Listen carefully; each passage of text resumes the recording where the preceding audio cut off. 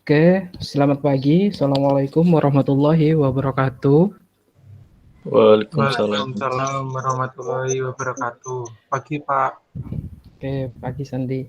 Nah, untuk alangkah lebih baiknya sebelum kita memulai mata pelajaran pada hari ini, alangkah lebih baiknya kita mungkin bisa on cam dulu ya. Yuk on cam. Pak, saya izin tidak bisa on cam karena sinyal tidak mendukung. Oke, Ika. Saya juga, Pak. Oke, Jul. Nah, hari ini ada yang tidak masuk nggak? Ada yang tidak hadir? Alhamdulillah sudah lengkap, Pak. Oke, lengkap semua ya.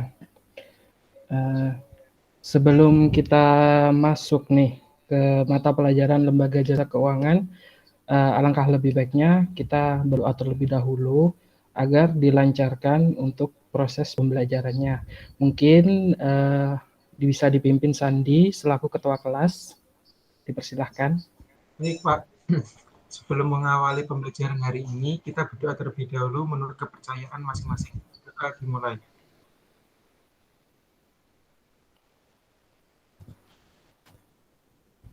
Berdoa selesai. Oke, terima kasih Sandi. Baik, Pak.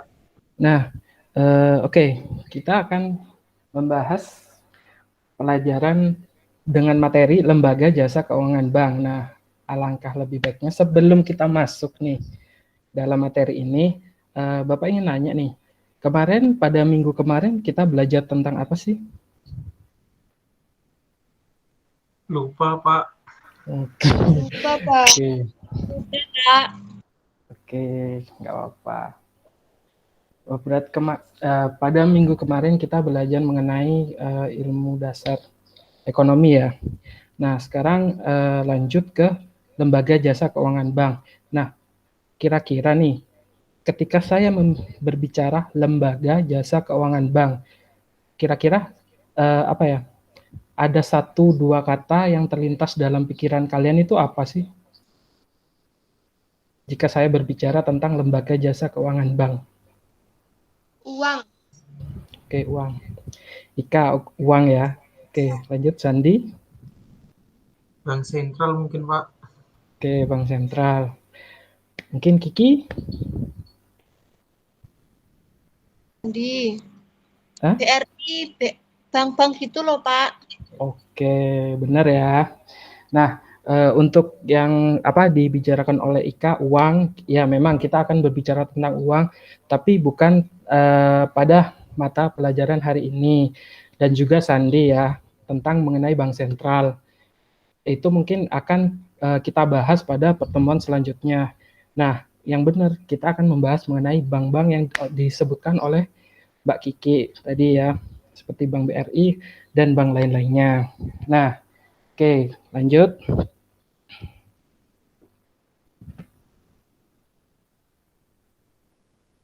Nah, yang pertama yaitu ada pengertian dari lembaga keuangan bank adalah suatu badan usaha yang bergerak di bidang keuangan, di mana kegiatannya menghimpun dana dari masyarakat secara langsung dan memberikan jasa keuangan kepada masyarakat luas.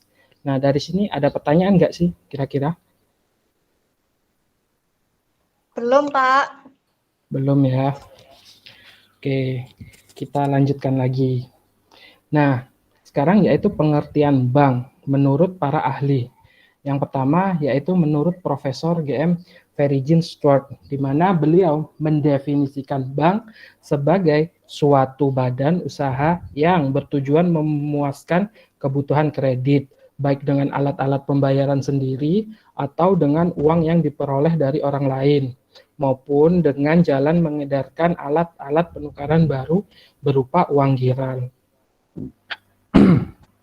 Nah, untuk yang kedua, yaitu ada menurut Kuncoro dalam bukunya Manajemen Perbankan, yaitu teori dan aplikasi tahun 2000, halaman 68. Nah, dari Kuncoro, definisi bank adalah lembaga keuangan yang usaha pokoknya adalah menghimpun dana dan menyalurkan kembali dana tersebut ke masyarakat dalam bentuk kredit serta memberikan jasa-jasa dalam lalu lintas pembayaran dan peredaran uang. Nah, untuk selanjutnya yaitu ada menurut Pearson, seorang ahli ekonomi dari Belanda yang menerjemahkan bahwa bank adalah badan atau lembaga yang menerima kredit. Nah, bank menerima simpanan dari masyarakat dalam bentuk giro, deposito, berjangka, dan tabungan. Nah, simpanan dari masyarakat tersebut kemudian dikelola dengan cara menyalurkan dalam bentuk investasi dan kredit kepada badan usaha atau pemerintah. Nah, yang terakhir yaitu menurut Undang-Undang Nomor 10 Tahun 1998 tentang perbankan, yaitu didefinisikan sebagai bank adalah badan usaha yang menghimpun dana dari masyarakat dalam bentuk simpanan dan menyalurkannya dalam bentuk kredit dan bentuk-bentuk lainnya dalam rangka meningkatkan taraf hidup masyarakat. Nah, dari pengertian bank menurut para ahli ini, apakah ada yang ditanyakan? Masih belum, Pak. Oke, dari Mas Sandi masih belum ya. Untuk Kiki maupun Ika? Masih belum juga, Pak. Oke, masih belum ya. Oke, kita lanjut. Nah, di sini setelah kita mempelajari mengenai definisi bank menurut para ahli, maka kita akan mempelajari fungsi bank. Nah, fungsi bank sendiri itu ada 4. Yang pertama yaitu menjadi lembaga intermediasi, yaitu menghimpun dana dari masyarakat dalam bentuk tabungan, deposito, dan giro, serta menyalurkan dana tersebut kepada masyarakat dalam bentuk pinjaman, kredit ya. Nah, untuk yang kedua yaitu agent of trust. Dasar utama kegiatan perbankan adalah kepercayaan.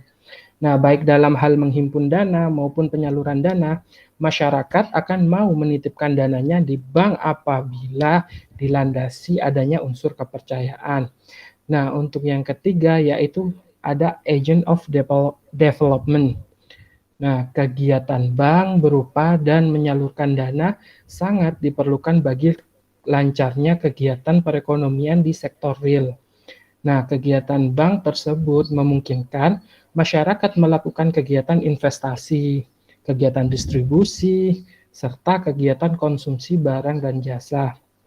Nah, untuk selanjutnya yang terakhir yaitu ada agent of service, di mana jasa yang ditawarkan ini erat kaitannya dengan kegiatan perekonomian masyarakat secara umum. Nah, jasa ini antara lain dapat berupa jasa penitipan uang, penitipan barang-barang berharga, pemberian jaminan bank, dan penyelesaian tagihan. Nah, dari fungsi bank, dari 4 fungsi bank ini, apakah ada yang ditanyakan? Ada, Pak. Mungkin di agent of trust, Pak. Atau agen kepercayaan itu maksudnya bagaimana ya, Pak? Oke. Lagi, Pak. Oke, Sandi. Berarti di sini agent of trust. Nah, agent of trust itu dasar utama kegiatan perbankan adalah kepercayaan. Jika maksudnya dalam arti bagaimana fungsi bank ini bisa dikategorikan sebagai lembaga keuangan bank yang sangat aman. Nah, ketika mungkin bisa dari SOP-nya, mungkin juga dari keamanahannya ketika di kayak sewaktu-waktu nasabah ingin menarik menarik uang tabungannya, di situ banknya tidak mengalami kendala apapun. Jadi sesuai prosedur. Nah, jika hal tersebut dapat dikerjakan oleh bank, maka hal tersebut kayak menaikkan rating maupun kepercayaan terhadap nasabah. Nah, oleh sebab itu, jika bank tersebut udah memiliki rating bagus, dia amanah dan memiliki SOP yang udah bagus juga lah ya ibaratnya, maka nasabah akan mudah untuk menabung kepada bank tersebut gitu. Mungkin kurang jelas, Andi? Baik, Pak. Jadi agent of trust itu kayak bank itu harus menarik kepercayaan itu ya, Pak, debiturnya itu ya, Pak, yang calon nasabah itu ya Pak? Oh, Agar oke. menarik. Mm-mm. Kurang tepat ya, bukan menarik tapi memiliki. Jadi dia harus memiliki kayak kepercayaan gitulah. Ibaratnya dia memiliki kredibilitas yang bagus supaya benar kata Sandi, nasabahnya bisa apa? Mempercayakan uangnya kepada bank tersebut gitu, tanpa rasa khawatir banknya digelapkan maupun ya seperti itulah seperti tiba-tiba hilang gitu, enggak gitu. Oh iya Pak, paham Pak. Oke, mungkin ada yang lain?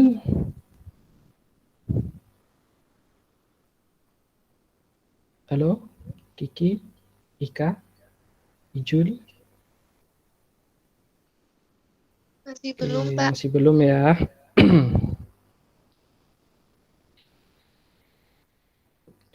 Oke, kita lanjut. Nah, kita setelah membicarakan mengenai fungsi-fungsi, berbicara mengenai fungsi bank, maka selanjutnya kita akan berbicara jenis-jenis bank.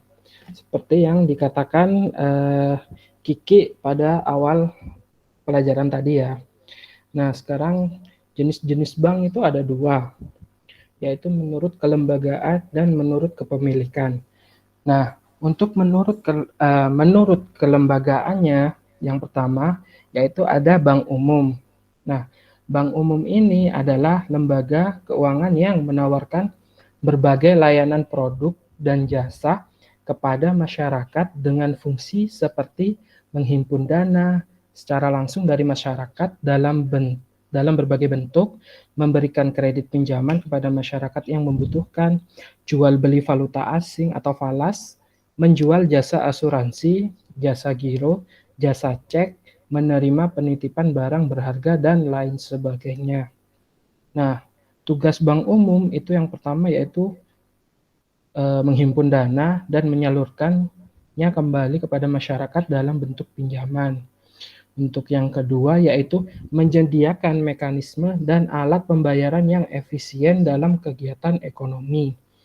Nah, untuk yang selanjutnya yaitu ada menciptakan uang melalui pembayaran kredit dan investasi. Nah, untuk yang selanjutnya yaitu menyediakan jasa dan pengelolaan dana dan trust atau wali amanatan kepada individu dan perusahaan. Nah, untuk selanjutnya yaitu ada menyediakan fasilitas untuk perdagangan internasional. Nah, selanjutnya lagi ada memberikan pelayanan penyimpanan barang berharga. Nah, yang terakhir yaitu menawarkan jasa-jasa keuangan lain. Misalnya kartu kredit, cek, perjalanan, ATM, transfer dana, dan lainnya. Nah, untuk yang selanjutnya yaitu ada Bank Pengkreditan Rakyat atau BPR. Nah, sebelum masuk BPR, bank umum ini ada yang pernah pakai nggak? Atau enggak, kan secara kalian adalah murid SMA nih, kira-kira kalian udah nabung nggak sih? Udah kayak nabung di bank atau masih nabung di celengan gitu? Sudah nabung Pak, saya Pak. Oke, Sandi nabung di mana Sandi? Di Bank BRI Pak. Oke, Bank BRI. Kenapa milih Bank BRI Sandi? Karena di keluarga saya semuanya di Bank BRI Pak. Oke, siap. Oke, selanjutnya Ika mungkin? Masih di celengan, Pak. Oke, masih di celengan mungkin. Selanjutnya bisa mungkin membuka rekening ya, agar ya bisa membantu membangun perekonomian lewat tabungannya Ika. Oke. Nah, selanjutnya kalau Kiki. Halo? Mungkin sinyalnya Kiki lagi nggak mendukung, Pak. Oke, nggak apa-apa. Untuk Ijul, gimana Ijul? Saya sudah menabung di BCA Ekspresi Pak, soalnya yang bunganya rendah dan untuk pelajar. Oke, betul sekali. Terima kasih Ijul. Nah, oke. Selanjutnya setelah kita bahas mengenai bank umum, nah kita lanjut bahas mengenai Bank Pengkreditan Rakyat atau BPR. Nah, Bank Pengkreditan Rakyat itu merupakan bank penunjang yang memiliki keterbatasan wilayah operasional dan dana yang dimiliki dengan layanan yang terbatas pula, seperti memberikan kredit pinjaman dengan jumlah yang terbatas. Nah, terus juga menerima simpanan masyarakat umum, menyediakan pembiayaan dengan prinsip bagi hasil, penempatan dalam sertifikat Bank Indonesia, deposito berjangka, sertifikat, tabungan, dan lain sebagainya. Nah, terus tugas Bank Pengkreditan Rakyat ini meliputi yaitu menghimpun dana dari masyarakat dalam bentuk simpanan berupa deposito berjangka, tabungan, atau bentuk lainnya yang dipersamakan dengan itu. Nah, selanjutnya yaitu memberikan kredit sesuai dengan namanya Bank Pengkreditan Rakyat. Nah, untuk selanjutnya yaitu ada menyediakan pembiayaan dan penempatan dana berdasarkan prinsip syariah sesuai dengan ketentuan yang ditetapkan oleh Bank Indonesia. Nah, untuk yang terakhir yaitu ada menempatkan dananya dalam bentuk sertifikat Bank Indonesia atau SBI, deposito berjangka, sertifikat deposito, atau tabungan pada bank lain. Nah, di sini ada ditanyakan mengenai Bank Pengkreditan Rakyat.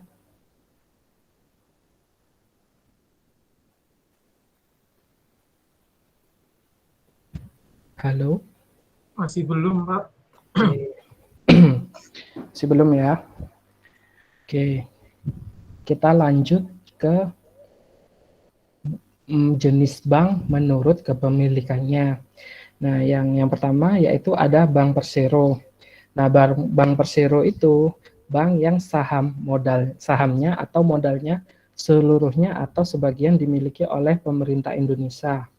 Nah, contohnya apa coba, Sandi? Contoh Bank Persero. Belum tahu, Pak. Oke, belum tahu. Mungkin Ika. Halo, Ika. Belum tahu, Pak. Oke, belum tahu. Mungkin Ijul. Belum tahu, Pak. Oke. Nah, jadi Bank Persero. Oke, jadi saya jelaskan ya. Jadi Bank Persero itu kan bank yang saham atau modalnya seluruhnya atau sebagian dimiliki oleh pemerintah Indonesia. Nah, jadi contohnya seperti yang tadi disebutkan oleh Sandi maupun Ijul. Ada Bank Mandiri, Bank BRI, Bank BNI, dan Bank BTN. Oke, ya seperti itu. Bank BCA juga. Nah, untuk yang kedua yaitu bank swasta nasional. Nah, di mana bank swasta nasional yaitu bank yang saham atau modalnya seluruhnya atau sebagian besar dimiliki oleh swasta nasional. Nah, contohnya yaitu ada bank apa yo, Sandi? Bank Bukopin, Pak, mungkin, Pak. Nah, betul sekali. Terus ada satu lagi, siapa? Ayo, Ika, mungkin? Halo? Apa ya, Pak? Nggak tahu. Oke. Oke. Jadi contohnya ada Bank Mega dan Bank Bukopin yang sudah disebutkan oleh Sandi barusan. Terima kasih, Sandi. Baik, Pak. Oke, selanjutnya yaitu kita memasuki Bank Pembangunan Daerah. Nah, Bank Pembangunan Daerah sendiri yaitu bank yang saham atau modalnya seluruhnya atau sebagian besar dimiliki oleh pemerintah daerah. Nah, ayo, ini contohnya apa? Sandi mungkin bisa? Iya, Pak, saya, Pak. Mungkin di Oke, setiap daerah kan ada kayak Bank Jatim, Bank Jabar, nah, Bank Tangsel itu ya, Pak. Seperti oke. itu ya, Pak. Ya, betul sekali, Sandi. Oke, Pak. Kamu belajar ya, Sandi, sebelumnya? Iya, Pak. Tadi tiba-tiba terlintas saja, Pak, di pikiran, Pak. Oke. Nah, oke, benar kata Sandi, yaitu yang pertama itu bank sesuai dengan provinsinya ya. kayak ada sesuai ya bank pemerintah sesuai provinsinya, kayak ada Bank Kaltim, Bank Jatim, Bank Aceh, Bank Sumut, Bank Sulsel dan lain sebagainya yang ada di seluruh Indonesia. Oke. Nah, selanjutnya kita akan membahas mengenai bank campuran nih. Nah, apa sih bank campuran itu? Yaitu bank yang saham atau modalnya dimiliki oleh swasta nasional Indonesia dan asing. Nah, ayo ini contohnya apa bank campuran? Mungkin dari Ika dulu. Apa Pak? Di sini sinyalnya kurang jelas. Oke, saya ulangi ya. Bank campuran atau bank yang saham atau modalnya itu dimiliki oleh swasta nasional Indonesia dan asing. Nah, contohnya itu bank apa coba?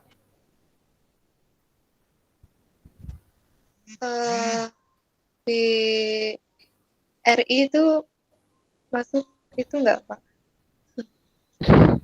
Oke, Bank BRI tadi masuk Bank Persero ya. Kurang tepat ya. Kurang tepat. Mungkin Bank BRI itu masuk ke kategori Bank Persero gitu. Oke, mungkin ada yang bisa jawab? Belum, Pak. Oke, belum. Ada SIM-nya, Pak. Masih bingung, Pak. Belum kenal Oke, menemui, Pak. siap. Jadi contoh dari bank campuran itu ada Bank CIMB Niaga, Bank BNP Paribas Indonesia, dan Bank DBS Indonesia, serta bank lainnya. Nah, untuk yang terakhir nih, ada bank asing. Nah, bank asing yaitu bank yang saham atau modalnya seluruhnya dimiliki oleh asing. Ada yang tahu nggak contoh bank asing? Bank DBS Indonesia mungkin, Pak. Apa? Bank DBS, Pak. Iya, Kak, Pak? Kurang tepat ya, Sandi. Oh iya, Kurang Pak. tepat. Soalnya Bank DBS itu sahamnya itu masih dimiliki swasta nasional Indonesia. Nah, sementara bank asing sahamnya seluruhnya dimiliki oleh asing gitu. Mungkin Ika, Kiki atau Ijul? Maaf Pak, tadi apa ya? Gak jelas, putus-putus suaranya. Oh, oke. Jadi bank asing jenis bank menurut kepemilikannya yaitu bank asing. Nah, bank asing ini yaitu bank yang sahamnya atau modalnya itu seluruhnya dimiliki oleh asing. Nah, contohnya itu bank apa?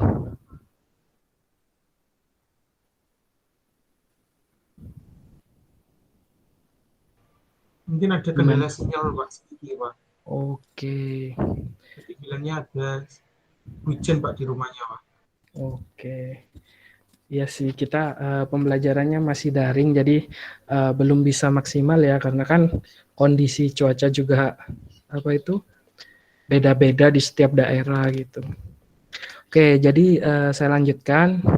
Nah, bank asing atau bank yang sahamnya itu seluruhnya dimiliki oleh asing, itu contohnya ada Bank of Tokyo, Mitsubishi, Citibank, HSBC, Standard Chartered, dan sebagainya. Gitu. Oke. Dari jenis-jenis bank tersebut mungkin ada yang ditanyakan? Masih belum, Pak. Sudah jelas sih, Pak, tadi, Pak. Dari penjelasan Bapak, Pak. Oke. Ini dari tadi yang jawab Sandi, mungkin Ika gimana Ika? Apa udah jelas? Insya Allah Pak sudah jelas. Oke. Ijul, sudah jelas? Sudah, Pak. Oke. Mungkin Kiki masih masih belum masih terkendala sinyal ya. Iya, Pak. Oke. Nah, ini kan nanti pertemuan kita kan di-record nih.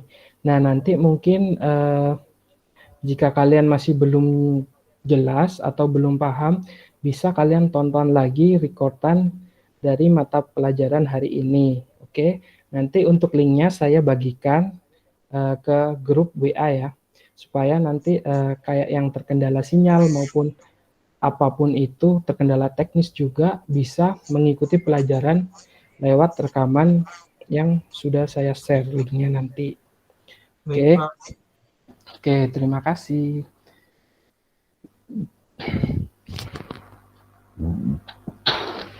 Oke, setelah kita berbicara mengenai jenis-jenis bank, kita akan lanjut ke prinsip kegiatan usaha. Nah, prinsip kegiatan usaha yaitu ada bank konvensional dan ada bank syariah.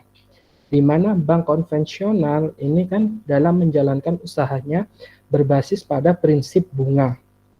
Oke, nah di mana prinsip bunga ini merupakan suatu prosentase tertentu terhadap besarnya uang yang dipinjamkan atau disimpan.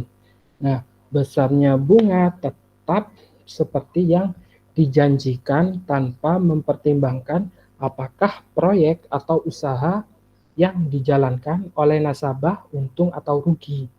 Nah, penentuan bunga oleh bank konvensional itu mempertimbangkan ketentuan bunga acuan dari Bank Indonesia atau yang biasa disebut dengan BI rate. Nah, sebelum masuk ke bank syariah, mungkin ada pertanyaan tentang prinsip kegiatan usaha di bank konvensional. Masih belum, Pak. Oke, masih belum ya. Oke, kita Belum, lanjut. Pak. Oke. Jadi kita akan lanjut ke prinsip kegiatan usaha versi bank syariah. Nah, di mana bank syariah memiliki prinsip yaitu bahwa dalam perjanjian perbankan digunakan hukum Islam antara pihak bank dengan pihak nasabah untuk penyimpanan dana, pembiayaan, kegiatan usaha, dan kegiatan lainnya yang dinyatakan sesuai dengan prinsip syariah. Nah, dari prinsip kegiatan usaha versi bank syariah, ada yang belum paham?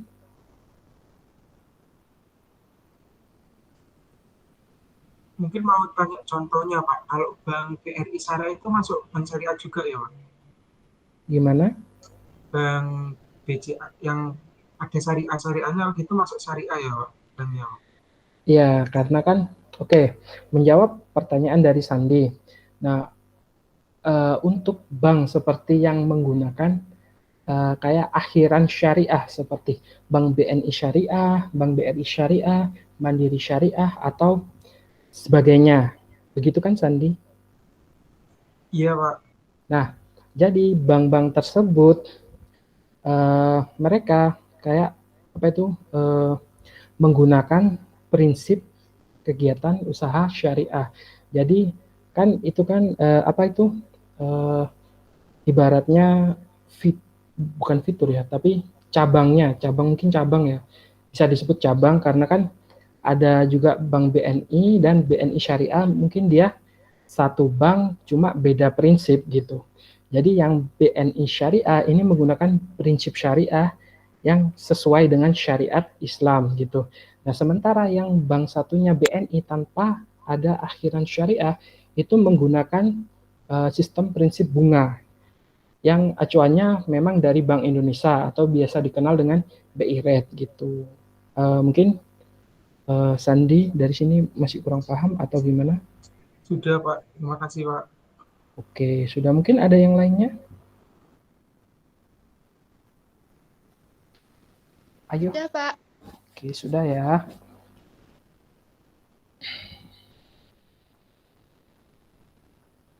Nah, setelah kita membahas mengenai pengertian, fungsi bank, terus ada jenis-jenis bank, dan juga prinsip keusahaan nih. Nah, sekarang tugasnya yaitu dibagi menjadi 2 kelompok. Nah, ayo, 2 kelompok ini antara Ika, Sandi, Kiki, dan Ijul. Nah, kira-kira kalian maunya bagi sendiri atau Bapak yang bagi? Bagi sendiri aja, Pak. Laki dengan laki, perempuan dengan perempuan aja, Pak. Oke, siap. Oke, jadi kelompoknya yaitu Sandi dan Ijul Kelompok 1 Sandi dan Ijul. Yang kedua yaitu Kiki dan Ika. Ya. Oke. Iya, Jadi Pak. Baik, Bang. Oke, jadi tugasnya adalah mencari kelebihan dari masing-masing bank yang udah ditentukan nih. Nah, kelompok 1 kelebihan bank konvensional itu apa? Nah, yang kedua, kelompok 2 itu kelebihan bank syariah itu seperti apa? Apa aja? Nah, itu minimal 3 ya. Minimal 3. Nah, oke. Mungkin Bapak kasih waktu 10 menit atau kebanyakan ya 10 menit. Kebanyakan, Pak. Mungkin 5 menit Oke. aja, Pak. Berapa? 5 menit aja mungkin cukup, Pak. Karena cuma Oke, mencari kelebihan saja, Pak. oke, siap. Jadi untuk tugasnya adalah mencari kelebihan dari masing-masing bank yang udah ditentukan ya. Nah, dengan durasi waktu 5 menit. Nah, ini ada yang ditanyakan nggak nih? Tadi kelompok satunya yang grup laki apa perempuan ya, Pak? Nah, untuk kelompok satunya yaitu laki-laki Oke, Pak. dan Terima untuk kasih, Pak. kelompok duanya perempuan. Nah, ada yang ditanyakan lagi nggak? Ayo, kalian Iya, nanti Pak. cari sumbernya dari mana? Coba. Halo? Iya, Pak. Oke, jadi gini, nanti sumbernya bebas ya, bisa dari YouTube maupun website ya. Nah, nanti bisa dipresentasikan sedikit ya nanti. Oke, Baik, Pak. Bapak kasih waktu 5 menit, mungkin dimulai dari sekarang ya. Baik, Pak.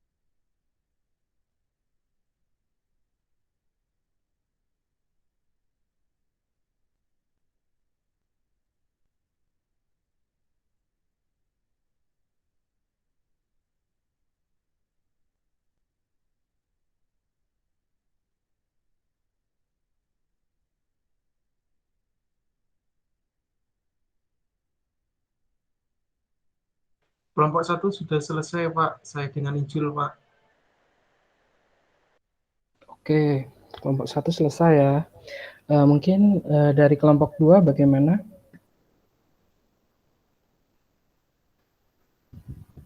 Sudah selesai, Pak. Oke. Nah, jadi mungkin dari Sandi dulu ya. Nah, untuk kelebihan dari bank konvensional itu apa aja, San? Ya, Pak. Mungkin saya akan membacakan hasil diskusi dari kelompok 1 ya, Pak. Jadi yang pertama itu mendapatkan dukungan dari peraturan perundang-undangan, Pak.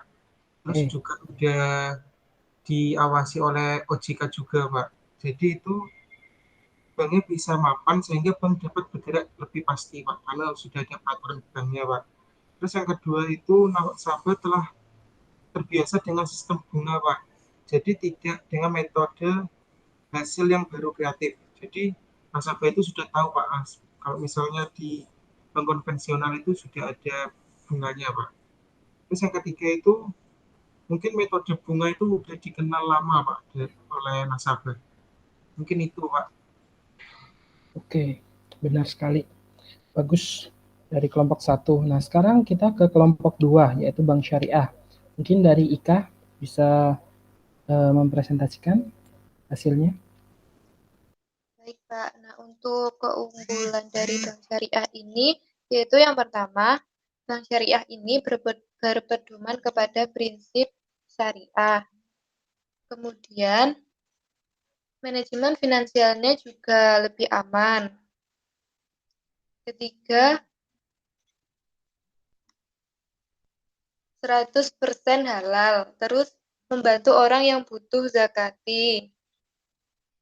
Kemudian penyaluran dana usaha yang halal dan menguntungkan menggunakan prinsip akad, kemudian dihitung berdasarkan sistem bagi hasil, jumlah angsuran tetap hingga akhir pembiayaan, dan kemudian yang terakhir terjalin sebagai mitra usaha.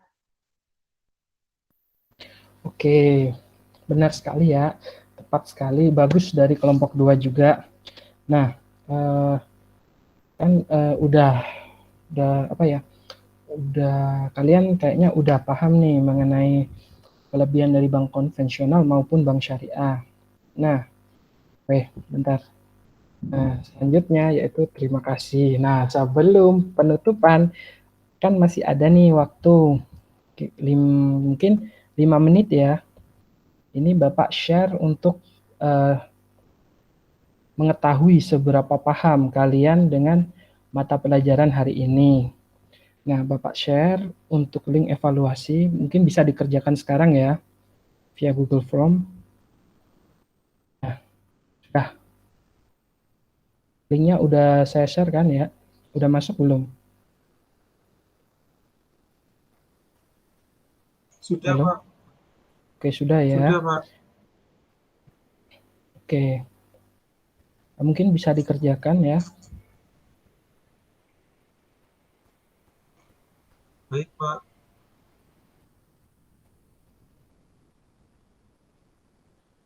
Oke, mungkin bisa dikerjakan. Saya kasih waktu 5 menit lagi ya.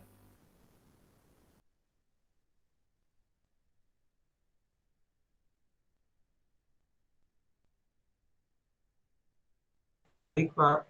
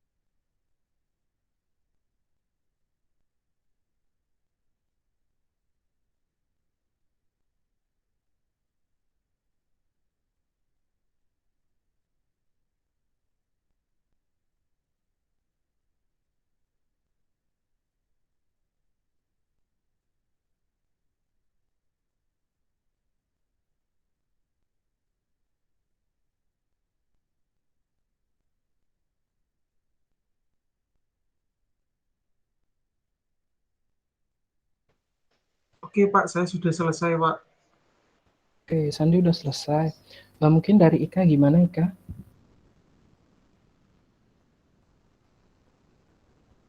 Halo, Ika, Kiki, Ijul, gimana? Udah selesai? Mungkin masalah jaringan Pak, mungkin sudah selesai juga Pak. Udah, Pak. Oke, udah ya. Saya cek dulu.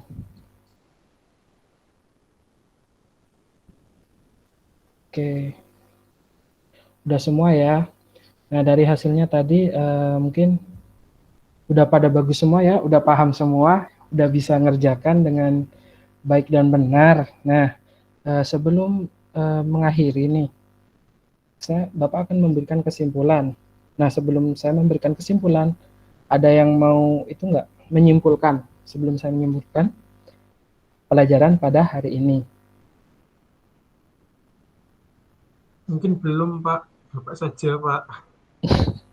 Oke, Sandi. Mungkin dari Ika, Kiki, atau Ijun? Dari saya juga belum, Pak. Oke, ya udah saya simpulkan ya. Oke, yang pertama yaitu menurut Undang-Undang Nomor 10 Tahun 98 tentang Perbankan, bank adalah badan usaha yang menghimpun dana dari masyarakat dalam bentuk simpanan dan menyalurkan dalam bentuk kredit dan bentuk lainnya. Nah, dalam rangka meningkatkan taraf hidup masyarakat. Nah, untuk yang kedua yaitu fungsi bank antara lain adalah menghimpun dana dari masyarakat, menyalurkan pinjaman kepada masyarakat, dan memberikan pelayanan jasa kepada masyarakat.